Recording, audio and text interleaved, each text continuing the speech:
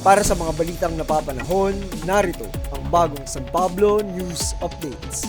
Pagiging kotong free ng San Pablo, susi sa matagumpay na tax collection. Kinilala ni Mayor Naji Gapangada sa pagtataas ng watawat ngayong araw ang mga kawani ng City Treasurer's Office sa pangunguna ni City Treasurer Lucio Gerardo Siolo at ng Business Permits and Licensing Office o BPLO na pinamumunuan ni OIC Andre Belen dahil sa matagumpay na tax collection at business permit registration at renewal noong buwan ng Enero. Ayon kay Mayor Naji, walang natanggap na opisyal na reklamo kaugnay na proseso ng renewal, patunay umano na pagiging kotong free ng lungsod ng San Pablo at ng maayos, ebisyente at transparent na serbisyo ng pamahalaang lungsod.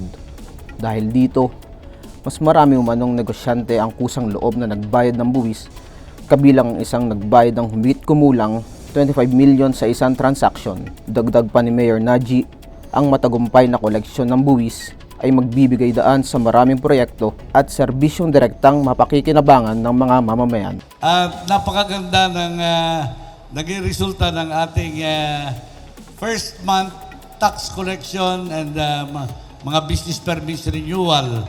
And I would like to congratulate our City Treasury sa pangunguna ni Jerry Siolo at saka nila Adrian pagkat nakakolekta po tayo ng napakaganda na makatutulong ng malaki sa ating operation for the year. Palakpakan po natin ang ating mga nasa Treasury.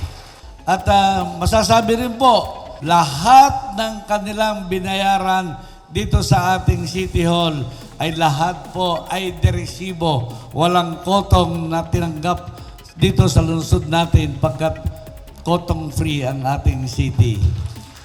Kaya po, ako po'y natutuwa at sila'y nagkusa. Marami pong negosyante nagkusa na magbayad ng kanilang taxes. Mga minamahal kong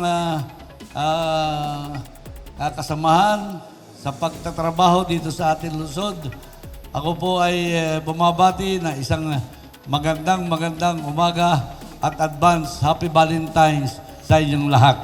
God bless you. Ito si Carlo Velasco mula sa City Information Office para sa bagong San Pablo News Update.